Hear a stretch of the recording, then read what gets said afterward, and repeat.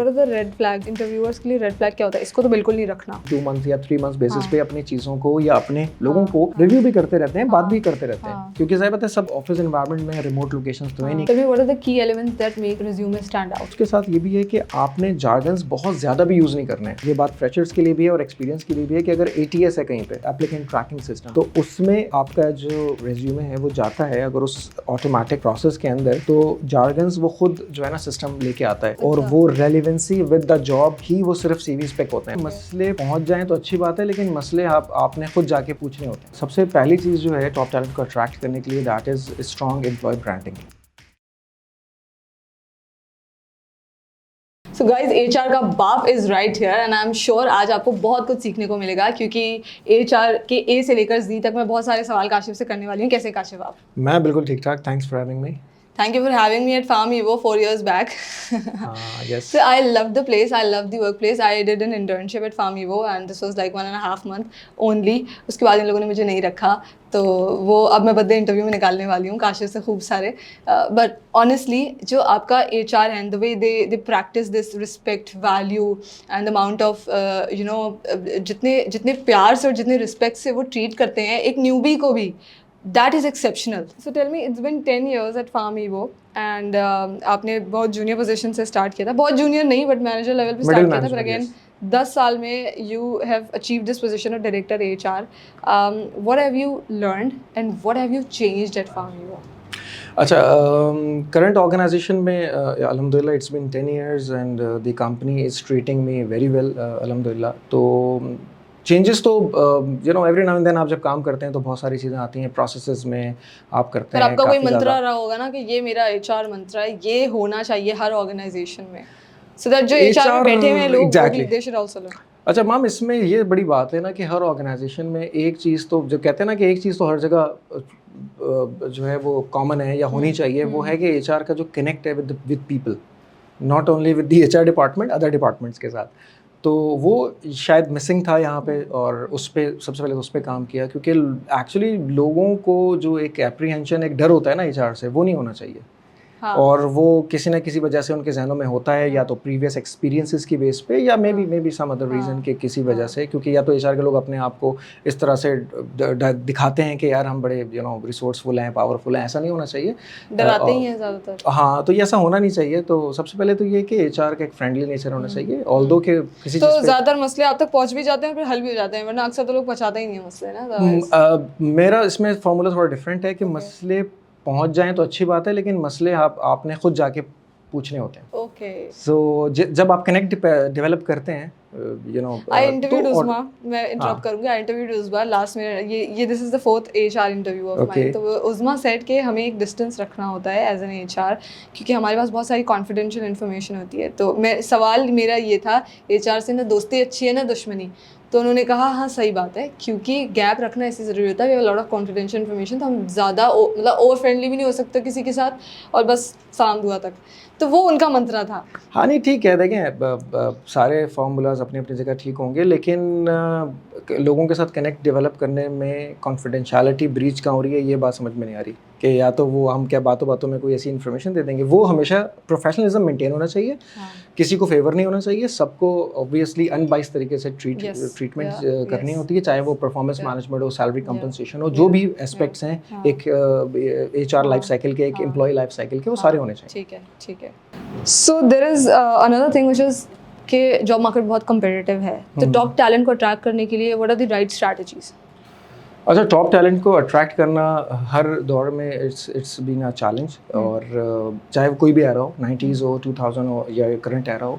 और सबसे पहली चीज़ जो है टॉप टैलेंट को अट्रैक्ट करने के लिए, that is strong employ branding, और how we can develop a strong employ brand. वो आप अपने कल्चर को जब एग्जिबिट करते हैं टेस्टिमोनियल्स के थ्रू, वेबसाइट, सोशल मीडिया, तो आपका एक एम्प्लॉयर ब्रांड बनता है बड़ा स्ट्रॉन्ग, और उस एम्प्लॉयर ब्रांड को आप बड़ा उसे लेवरेज ले सकते हैं।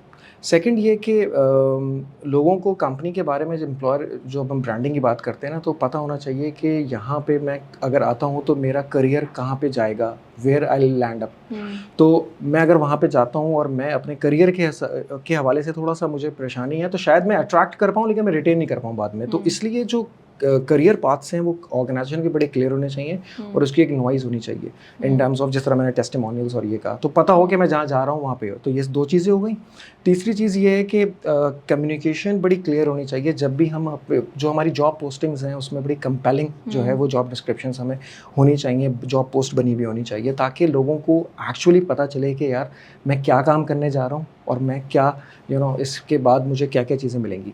एंड फोर्थ लास्ट वन अगर मैं उसमें ऐड करूँ तो मार्केट कंपैटिटिव सैलरीज या बेनिफिट्स होने चाहिए। मैं ये नहीं कह रहा कि आप सबसे ज़्यादा तो नहीं होता ना, वो तो एचआर के हाथ में वैसे भी नहीं होता ना। नहीं क्यों नहीं होता है? देखें एचआर के हाथ में डायरेक्टली बहुत सारी चीज़ें नहीं होती हैं, लेकिन HR is the custodian of all this composition and benefit strategies, तो वो पिच की जा सकती है। लीडरशिप, हाँ, तो ये काम है ना फिर एचआर की जो लीडरशिप है उसका ही काम होता है। वो कैंडिडेट को कन्विंस करना शुरू कर देते हैं इतने में आ जाओ।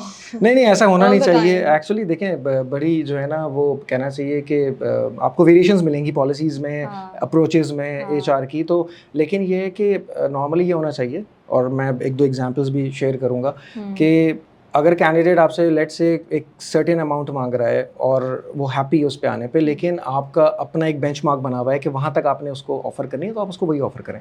और it happened with me as well in 2008। Very few people do this. नहीं, एक्चुअली डिपेंड करता है कि कंपनी की जो अप्रोच है टूवर्ड्स एम्प्लॉई, या जो एक ओवरऑल स्ट्रैटेजी है वो किस तरह से काम कर रही है। क्या पैसे बचाने का माइंडसेट है या फेयर रहने का एम्प्लॉयज़ के साथ माइंडसेट है। तो अगर वी आर ब्लेस्ड कि हमारे यहाँ तो अल्हम्दुलिल्लाह कोई ऐसी इशू नहीं है, प्रॉब्लम नहीं है। ओपन डोर पॉलिसी, जाके बातचीत करें, टॉप मैनेजमेंट जो भी है, कोई प्रॉब्लम नहीं है। ओके ऑल्सो और सारी चीज़ें ये भी नहीं है कि माननी जाती हैं आपकी, मैनेजमेट उसमें पिक एंड चूज करती है। बेचारा क्या करेगा, नखरे तो करने से रहा, बहुत कम ही होते हैं जो 10% निकलेंगे नखरे करेंगे, 90% बेचारे वैसे ही डरे हुए होते हैं। और खास तौर पे जो इस वक्त जॉब मार्केट चल रही है उसमें तो बोलेंगे अच्छा ओके, जैसे आप बोले नहीं नखरे नहीं करते। नखरे तो अभी भी हैं लोगों के, लेकिन ये है कि वो अपनी जगह सोच रहे होते हैं। दे लूज द अपॉर्चुनिटीज अगर ज़्यादा नखरे करते हैं तो। ये बात तो है। At a clothing brand from tracks, तो मुझे भी एक अच्छा एचआर मिल गया था गलती से। तो मुझे लगा था यार कोई कहाँ किसी की मदद करता है ना, लाइक तो I used to get 25 at tracks, that was my first was 20 actually. तो जब मैंने स्विच किया ना तो मुझे था यार ओके, अगर यहाँ पे 20 के बाद इंक्रीमेंट लगा तो 22 हो गया। तो मैंने बोला कोई 30 ही देगा, इससे ज़्यादा कोई क्यों देगा। ठीक है, तो हम खुद को अंडर एस्टिमेट कर देते हैं, अंडर वैल्यू कर देते हैं। exactly. तो जब मुझे कॉल आई ना, तो जिन्होंने मुझे कॉल की थी, I won't take her name, और उनको प्रॉब्लम हो जाएगी, तो she was HR assistant reception पे होती थी उस टाइम पे। शी वाज लाइक आपकी एक्सपेक्टेड क्या है? 30। पागल हो गई हो, 30 नहीं बोलना, बजट तो है, तुम 35 बोलना, तुम्हें मिल जाएगा। बोला ओके ठीक है, 35 ज़्यादा 40 बोलना। उन्होंने मुझे बोला था 40 बोलना। जब मैंने 40 बोला तो उसमें करते करते वो खैर 35-38 उन्होंने कोई 2-3 हज़ार कम कर दी थी, लॉक हो गई थी। आई वाज लाइक, बाद में जब मैं वहाँ हो गई ना एनरोल, तो मैंने उनको थैंक यू बोला जाके। मैंने कहा यार मैं तो कम पे सेटल कर लेती अगर आपने मुझे गाइड नहीं किया होता।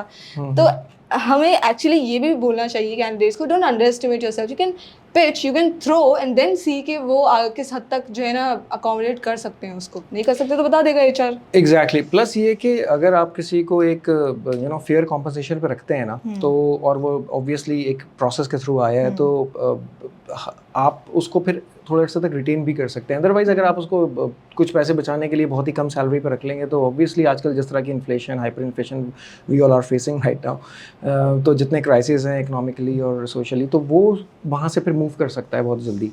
लेकिन ये बात भी है कि कैंडिडेट को जाएगा भी जल्दी। हाँ, लेकिन कैंडिडेट को देखें, compensation one could be the one of the factors, लेकिन सारे फैक्टर्स कॉम्पनसेशन के इर्द गिर्द नहीं होते। It's one of the important, लेकिन फिर कल्चर है, फिर वैल्यूज हैं, फिर आपकी लीडरशिप है, फिर आपके असाइनमेंट्स हैं, मीनिंगफुल जॉब डिस्क्रिप्शंस हैं, मीनिंगफुल वर्क है, बहुत सारा कुछ है। And also the person we are going to report to, that also counts a lot. तो उसमें खैर एचआर एम्प्लॉय के लिए तो वही कंपनी होता है जिसको वो रिपोर्ट कर रहा होता है। दूसरी चीज़ ये भी है कि जब एम्प्लॉय किसी जगह स्टे करता है और उसको ये पता होता है कि यार यहाँ पे कुछ बड़ी ज़बरदस्त किस्म की वैल्यूज़ हैं या पॉलिसीज़ हैं, जैसे for example Procter and Gamble में लैटरल हायरिंग होती ही नहीं थी, वहाँ हमेशा बैंड 1 से ही हायरिंग होती थी, और टॉप लेवल पे आप वहीं से जाते थे। तो लोगों को पता होता था कि इफ़ यू स्टे आपका ही नंबर आएगा प्रमोशन में। ये नहीं है कि आप इतना अरसा काम भी कर रहे हाँ। हैं, you are performing well, you are you know loyal with the company, but still कोई और बाहर से आके आपकी पोजीशन ले लेगा। तो जहाँ पे अभी हम भी प्रमोट फ्रॉम विद इन का कल्चर बड़ा अच्छा, रखते तो अभी हैं। हम बॉसेस की बात करते हैं, मैं जंप करूंगी सीधा इस क्वेश्चन पे, परफॉर्मेंस इवैल्यूएशन पे। Yes. Do you give deep analysis to something कि यार अगर जैसे बहुत सी दुनिया है ना फिलहाल तो कैंडिडेट के लिए या एम्प्लॉय के लिए, तो वहाँ पे अगर उसमें चैलेंजेस आ रहे हैं, जेन्युइन मसले भी हो सकते हैं, ठीक है मसले तो हर किसी को ही होते हैं, वो शिकायत बॉस की शिकायत तो बनती ही बनती है, वो नहीं होगी तो कैसे चलेगा। बिल्कुल सही है। But still there are some serious issues, serious concerns regarding bosses and bad leadership style and bad management styles, you know. तो आपने ऐसी कंप्लेंट्स फेस की हैं क्या, पहला। दूसरा, या नहीं की तो कभी जानने की कोशिश की कि ऐसा भी कोई मसला हो सकता है? परफॉर्मेंस इवैल्यूएशन का पार्ट है ना ये। एब्सोल्युटली। इसमें एक्चुअली एक बॉस और एक एम्प्लॉई, यू नो, या सबऑर्डिनेट कह लें या टीम मेंबर कह लें, तो ये दो एंड्स हैं, राइट। तो इसमें ऑब्वियसली कभी कंप्लेन बॉस भी करता होगा, कभी एम्प्लॉय भी करता होगा। मैं अगर अपनी बात करूं पहले, तो I actually have been blessed with best bosses, right from the Meezan bank, then Abu Dawood Pakistan, then Highmount and then Pharmevo.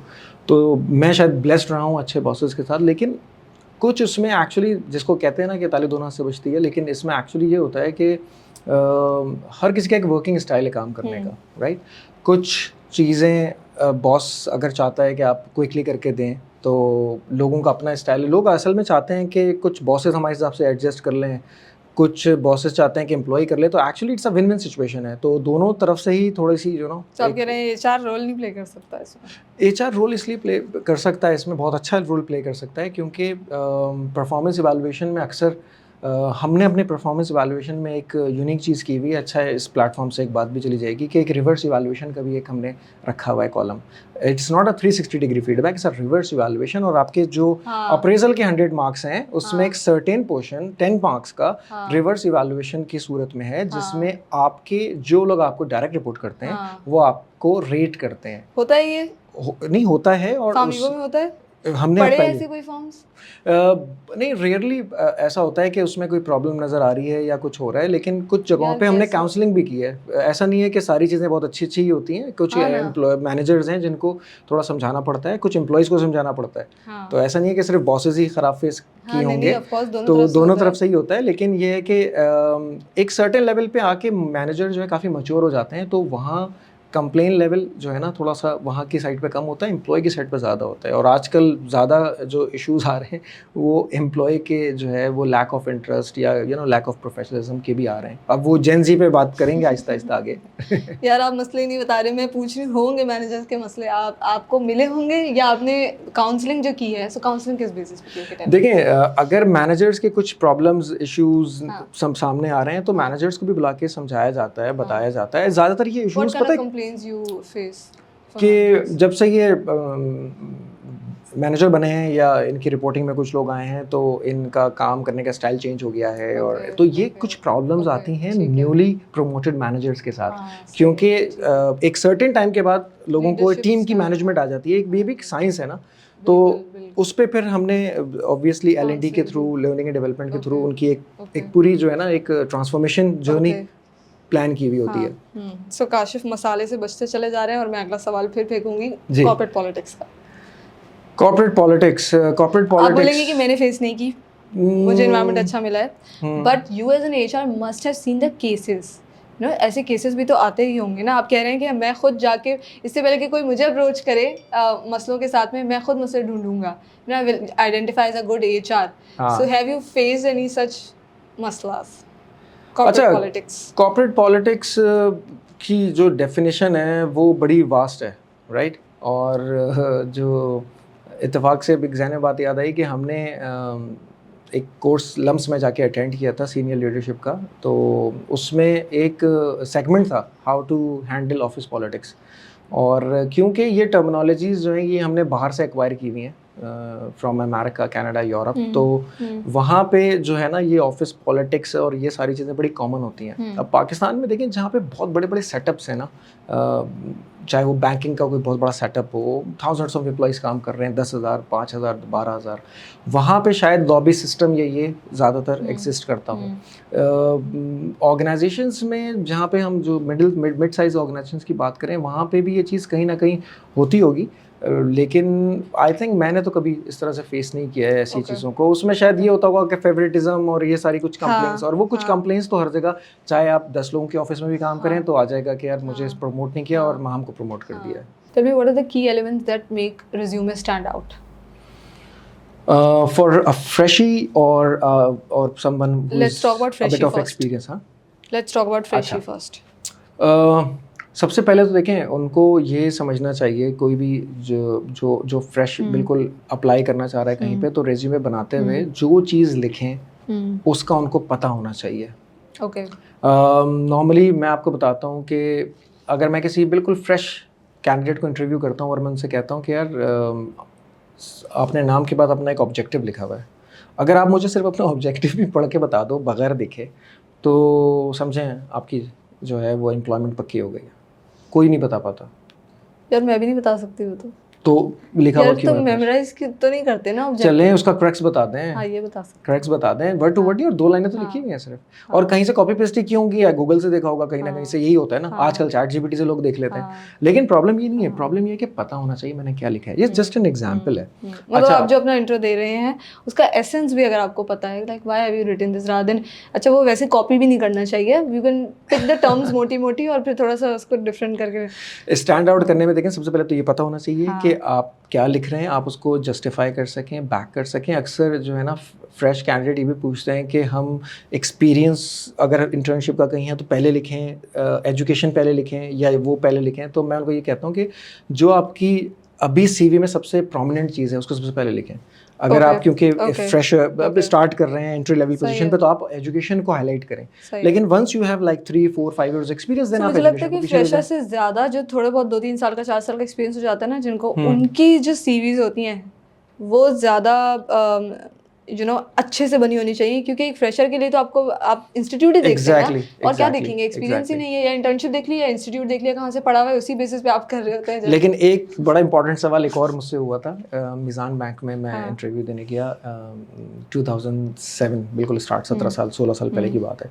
तो मैंने अपनी हॉबीज़, एंड में बंदा लिखता ही है इंटरेस्ट और हॉबीज़ जो भी उसमें, तो मैंने उसमें लिखा हुआ था कि स्पोर्ट्स देखने का और फुटबॉल, क्रिकेट और इसका बड़ा शौक़ है। तो उन्होंने सवाल पूछ लिया उसमें से, उन्होंने पूछ लिया। अब नो वन वाज एक्सपेक्टिंग ना, मैं भी एक्सपेक्ट नहीं कर रहा था। नो वन कैन एक्सपेक्ट कि ऐसा सवाल आपसे पूछा स्पोर्ट्स का सवाल आएगा। हाँ, स्पोर्ट्स का सवाल अचानक से आ जाएगा और आपको जब एक सवाल आ गया। आपको शौक होगा तो आपको पता भी होगा। हाँ, लेकिन अगर मुझे नहीं पता होता और मैंने कहीं से कॉपी पेस्ट किया हुआ होता, तो फिर वो मेरी जॉब नहीं हो पाती। वो डालें आप जो आपको पता है। हाँ, एग्जैक्टली। उन्होंने देखें सवाल क्या पूछा, उन्होंने सिर्फ ये आखिरी में देखा कि यार आखिरी क्वेश्चन बता दें, आपने ये लिखा है, आप ये बताएं अभी 4 दिन पहले चैंपियंस लीग का एक मैच हुआ था फुटबॉल का, तो उस फुटबॉल के मैच में क्या हुआ था, मुझे बस 1 मिनट में समरी बता दें।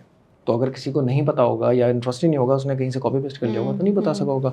मुझे क्योंकि अल्लाह का शुक्र है पता था, मैंने उसको बता दिया। तभी जो पहली जॉब थी मिज़ान बैंक में, वो शायद इसी क्वेश्चन, ये आखिरी क्वेश्चन था जिसकी बात हुई थी। स्पोर्ट्स की वजह से, स्पोर्ट्स की वजह से हो गई। वैसे I want ask the top universities वाला question with you, I ask to other people as well, वो इसलिए क्योंकि मैंने फार्मीवो में देखा है, you hired from different universities. I can see a lot of my seniors out there, a lot of people from different universities, can be from Iqra, from KU, from CBM, MAJU से है, बहुत सारे लोग हैं डिफरेंट यूनिवर्सिटीज से। But will go back to the CV वाला point, क्योंकि आपने उनके लिए बताया जो बिगिनर्स हैं, उनके लिए बताया जिनका 3-4 साल या 5 साल का एक्सपीरियंस है, वो कैसे स्टैंड आउट करेगी। एक्सपीरियंस ही डालना है, लेकिन कुछ ऐसी टिप्स होंगी ना कि उस एक्सपीरियंस को इस तरह से डालो कि वो स्टैंड आउट कर जाए।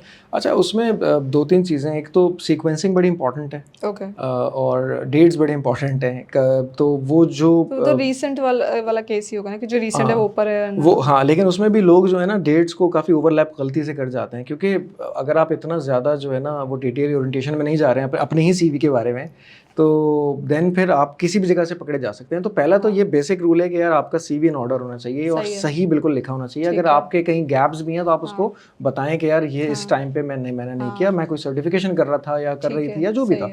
तो आप किसी चीज़ को छुपाएं ना, ऑनेस्टली उसको पूरा आपने ना बताना है। दूसरा ये कि कुछ अच्छे जार्गन्स यूज़ करने चाहिए। ठीक है। अच्छा, जहाँ पे अप्लाई कर रहे हैं ना, ये ऐसा नहीं है कि एक रेज्यूमे सब जगह के लिए चल जाएगा, वन साइज फिट्स ऑल वाला कॉन्सेप्ट नहीं है। You have to tailor your CV according to the position, to the industry where you will be applying.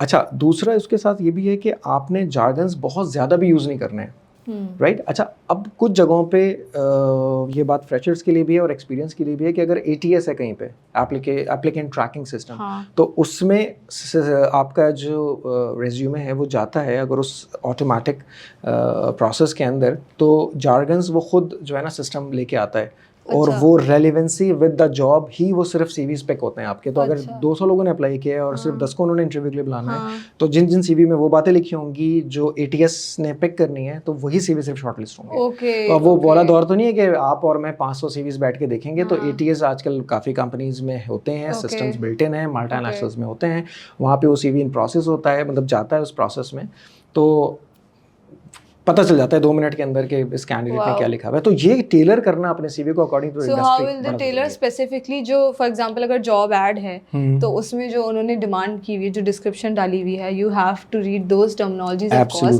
क्योंकि अगर वो टर्म्स, काम आपने वही किया है लेकिन अगर आपने वो टर्मिनोलॉजीज नहीं यूज की हुई तो फिर वो पकड़ेगा नहीं। एग्जैक्टली। अगर उसमें फॉर एग्जांपल लिखा हुआ है कि let's suppose just making it, आपके प्रोजेक्ट मैनेजमेंट भी मैंडेटरी है या होनी चाहिए, और आपने कहीं पे अपने CV में की हुई भी है, लेकिन इतना ज़्यादा उसको लिखा नहीं है या इतना इलैबोरेट नहीं किया है, तो वहाँ पे जाके आप उसको थोड़ा सा लिख सकते हैं, उसके बारे में थोड़ा सा डिटेल, अगर आपने ऐसा कोई प्रोजेक्ट किया है और कहीं पे शायद उसकी ज़रूरत ना हो तो उसको ना लिखें कहीं। तो आपने जॉब डिस्क्रिप्शन या जो लिखा हुआ ऐड है ना, वो बड़ा गौर से उसको देखना है, फिर अप्लाई करना है।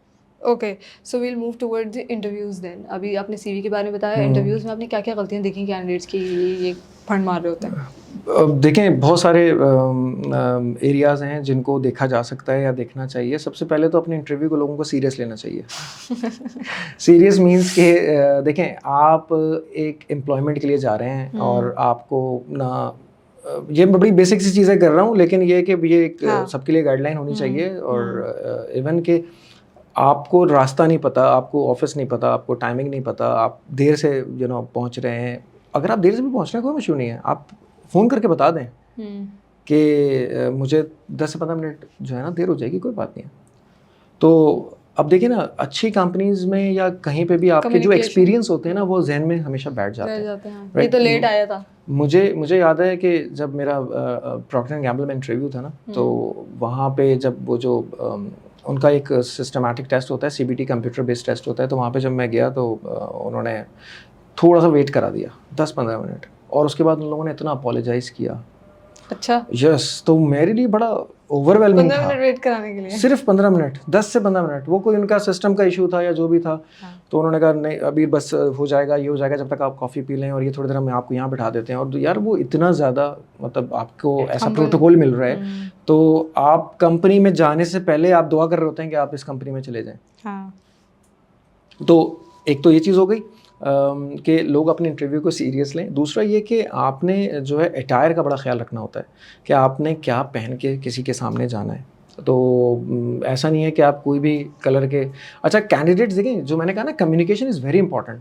कुछ कैंडिडेट्स कहते हैं कि आज आप मुझे इंटरव्यू के लिए बुला तो रहे हैं, हमने कभी होता है ना, कभी किसी को बुलाया होता है तो वो कहते हैं आज एक्चुअली मेरा ना कैजुअल डे है, तो मैं थोड़ा सा जीन्स टी-शर्ट में हूँ। तो मैंने कहा कोई मसला नहीं है, आपने बता दिया आप आ जाएँ। अच्छा, हाँ, तो कह रहे नहीं एक्चुअली किसी और दिन रख लें, मे भी अच्छा नहीं लगेगा। तो कैंडिडेट देखिए खुद भी जरा कॉन्शियस होता है, हम कहते हैं नहीं this won't go against you, आप बस आ जाए, आपने बता दिया। तो कम्युनिकेशन इज वेरी, नहीं कम्युनिकेट करता, उसी अटायर में आ जाता, आपने जज कर लिया होता ना। एग्जैक्टली, ये और फिर हम पूछ लेते तो हम ये कहते थे बता देते ताकि आगे में बताना आसान हो। But what are the red flags interviewers के लिए? रेड फ्लैग क्या होता है? इसको तो बिल्कुल नहीं रखना। हाँ, एक्चुअली एक तो जहाँ पे रेड फ्लैग सबसे पहले आता है ना, जहाँ पे डेट्स आपस में मिसमैच हो रही होती हैं। कुछ कैंडिडेट्स को ये जब कहा जाता है कि यार आप किस अच्छा, उन्होंने अपना CV पे अपडेट नहीं किया होता है। और कितनी आप ये देखें कितना बड़ा ये क्राइम ये है। तो एक है। आप इंटरव्यू में एक बिल्कुल जगह पे बैठे हुए हैं और आप कह रहे हैं कि मे बी मैंने शायद आपको ना अपना पुराना सीवी भेज दिया है। ये बहुत बेसिक चीज़ है। Irresponsible है। So पूरे these are CV the को red बनाना पड़ता है। flags. Yes. So what if there is a job gap? CV में भी दिख जाता है, इंटरव्यू में भी आप पूछते हैं, तो अगर गैप्स हों किसी के करियर में तो आप उसे भी जज करते हैं या रेड फ्लैग कंसिडर किया जाता है? यस लेकिन अगर उसने ऑनेस्टली अपने गैप्स मेंशन किए हुए हों एम्प्लॉयमेंट के due to X Y Z reason तो कोई मसला नहीं है। लेकिन अगर उसने कहीं ना कहीं कैमोफ्लेज करने की कोशिश की और इंटरव्यूअर ने उसको पिक कर लिया है तो वो काइंड ऑफ जो है ना वो एक उसके लिए एक चीज़ उसके अगेंस्ट चली जाती है। सेकंड इसमें एक और चीज़ होती है कि कुछ लोग नेगेटिवली अपनी कंपनी को पोर्ट्रे कर रहे होते हैं just to justify their application at your company. क्योंकि आप उनसे स्विचेस के बारे में पूछो, आजकल तो आपको पता है स्विचेस का ही दौर है, हर कोई 1 साल से इधर चला जाता है, 4 साल बाद 2 साल बाद उधर चला जाता है, तो 4 सालों में लोग 5 कंपनीज चेंज कर चुके होते हैं। तो उसको जस्टिफाई करने के लिए ना हर जगह कहते हैं कि मुझसे ये कमिटमेंट की गई, मुझसे ये कमिटमेंट की गई। तो वो लगता है कि इंटरव्यू से ज़्यादा इनको IMF ने कोई बात कही है इनसे कि हर चीज़ की कमिटमेंट जो है वो इनकी फुलफिल नहीं हो पा रही है, just on the lighter side. तो ये है। सो बट बिहेवियरल क्वेश्चन ज़्यादा होते हैं, टेक्निकल से ज़्यादा आई थिंक बिहेवियरल क्वेश्चंस पे you guys are judging, right? अब पाकिस्तान में तो अब ये बड़ा प्रिवेल कर रहा है, कर गया है ये वाला जो मैथडोलॉजी है कि आप बिहेवियरल क्वेश्चंस पूछते हैं और अगर वो उन सिचुएशंस में नहीं होता, कैंडिडेट किसी वजह से वो कहता है, तो आप फिर हाइपोथेटिकल क्वेश्चंस की तरफ चले जाते हैं। तो उनका जवाब आना और उनको उसी तरह से फ्रेम करना बड़ा इंपॉर्टेंट है क्योंकि वो आपसे पूछ रहे होते हैं। फॉर एग्जांपल अगर मैं just be honest, just be yourself, you know, behavioral questions are more about judging your personality and you have to be like the way you are, you have to be truthful. Absolutely. तो कुछ गड़बड़ भी है अगर तो वो भी सच सच बता दें तो आई थिंक वो ज़्यादा अच्छा इंप्रेशन जाएगा rather than hiding things. जी बिल्कुल बिल्कुल ऐसे ही देखें जो आपके सामने इंटरव्यू बैठा है कोई भी है वो ऑब्वियसली एक सर्टेन अमाउंट ऑफ ईयर्स का एक्सपीरियंस लेके वहाँ पे पहुँचा है, उसको पता है, उसने इतने सारे लोग हैंडल किए हुए हैं, facial expressions, non verbal communication, सब चीज़ों से पता चल रहा होता है कि ये कितना सच बोल रहा है, कितना झूठ बोल रहा है। और दूसरा ये कि जिस तरह का सवाल जो हम या कोई भी करता है, अब फॉर एग्जांपल एक प्रोक्योरमेंट मैनेजर की पोजीशन है फॉर एग्जांपल, तो हम उसमें नेगोशिएशन के ऊपर सवाल ज़रूर करेंगे, कोई एग्जांपल्स पूछेंगे और बिहेवियरल जो इंटरव्यूज उनका मैथडोलॉजी जो इसी पे बेस करता है कि past behaviour is the best predictor of future behaviour. तो आपने प्रीवियसली कैसे हैंडल किया सिचुएशन, अब वो अगर इधर उधर घुमाते हैं तो जो डिरेल हो रहे होते हैं ना इधर से उधर, उनको भी हम एक जगह कर रहे होते हैं कि यार आपने स्पेसिफिक इस जगह पे लेके जाना है। क्योंकि अगर कोई स्मार्ट इंटरव्यू ही होगा तो वो अपनी स्ट्रेंथ पे जाके खेलना शुरू कर देगा, और स्मार्ट इंटरव्यूअर होगा तो उसको वापस उस कंटेंशन मिलेगा कि आपने यहाँ पे ये करना है। तो एक बैटल चलती है, लेकिन ये कि honesty is the best policy, ऐसे ही होना चाहिए। Okay, so thank you so much for being with us, I loved interviewing you. Tell me one thing, the best HR advice you have received ever from your HR mentors. Best ever HR advice, अच्छा वो HR के section से नहीं मिली है, लेकिन वैसे एक mentor से मिली है जो कि HR में नहीं है, इज अ कंट्री मैनेजर। तो उन्होंने ये कहा था कि यार never ever settle for you know anything below par when it comes to your work, when it comes to you know setting a benchmark. तो हमेशा एक्सेलेंस और जो टॉप लेवल परफॉर्मेंस आप दे सकते हैं ना वो आप दें, रादर देन कि आप उसको जो है वो मीडियोकर कर दें, या आप उसको इससे एक्चुअली तोलें कि यार इसके अगेंस्ट क्या होगा, what's in it for me. यहाँ पे एक्चुअली हम ना कॉम्प्रोमाइज़ कर जाते हैं फिर। तो जो बेस्ट शॉट है अपना वो दें और कभी भी लेस पे सेटल ना हो। Nothing, never you know settle for less anything. तो हमेशा एक्सेप्शनल एक्सीलेंस की तरफ बात करनी चाहिए, हमेशा यू नो एम करना चाहिए top level. Okay, thank you so much, Kashif. It was wonderful hosting you, and I hope that people are actually getting benefits. मेरा ये चौथा इंटरव्यू है HR का, and I'll keep doing this because मुझे ये लगता है कि every HR person has a different experience. आप family में हुए हैं, somebody was from Kia Motors, somebody was from L'Oreal, and they all experience different things. और this is something that actually can help people, क्योंकि किताबें तो हम पढ़ लेते हैं, HR की भी पढ़ते हैं, marketing की भी पढ़ते हैं, but जो professionals का experience होता है ना, that actually adds value and teaches people a lot. So if you guys are enjoying it, please do not forget to subscribe, and I'm sure the next HR person would teach you another thing. Thank you. Thank you.